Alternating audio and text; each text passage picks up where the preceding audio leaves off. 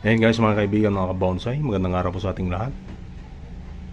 Ito po yung tinatawag naming na yellow doggy or tahe da labuyo.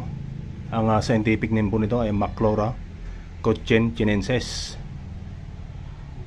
Ayan, hindi po ito puno sa gubat, mga kabonsai. Ito po yung baging. Ayan, lahat ng yellow doggy ay baging po yan, wala pong kahoy. Baging po siya, mga kabonsai, kahit yung mga nasa Indonesia.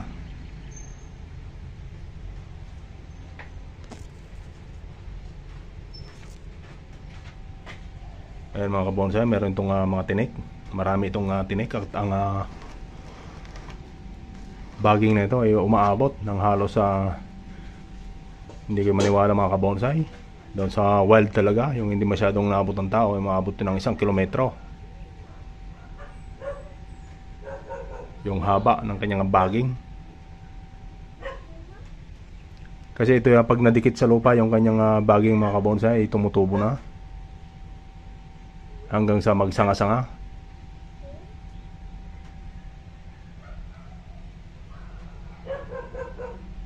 Ayan, yellow doggy bonsai. Ititrim natin siya ngayon, mga kabonsai. Ayan, itrim natin kasi mayroon ding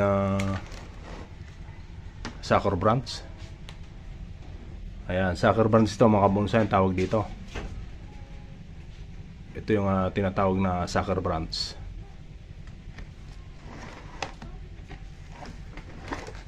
Ang tinatawag naman na water sprout branches ay yung nandito na sa taas, dito sa kanya mga primary branches.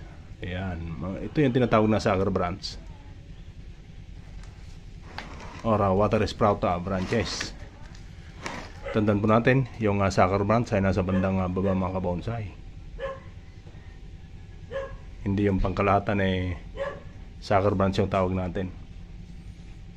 Sucker branch lang pag nandito sa taas ng ugat or mismong tumubo sa kanyang mga ugat. Ayan, mga bonsai, sucker branch yan. Pero pag nandito na sa taas, ayan, tulad nito, ang tawag naman po yan ay water sprout branches. So kailangan tanggalin yan para hindi mamatay itong nakawire na sanga.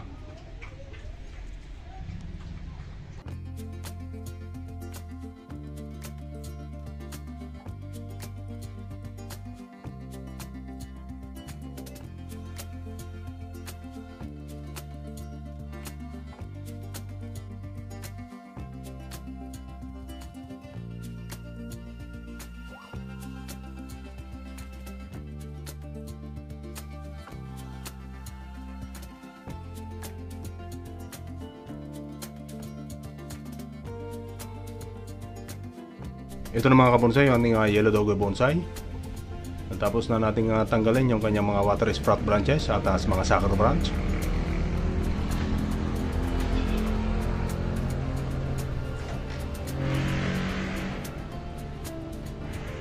Ayan, yellow doggy bonsai, Maclora cochinensis, yung kanyang scientific name. Maraming salamat po sa inyong panonood at paki-subscribe na din itong ating munting YouTube channel. At pakipindot ang notification bell para updated po kayo sa mga susunod po nating upload na video, mga kabonsai, mga kaibigan.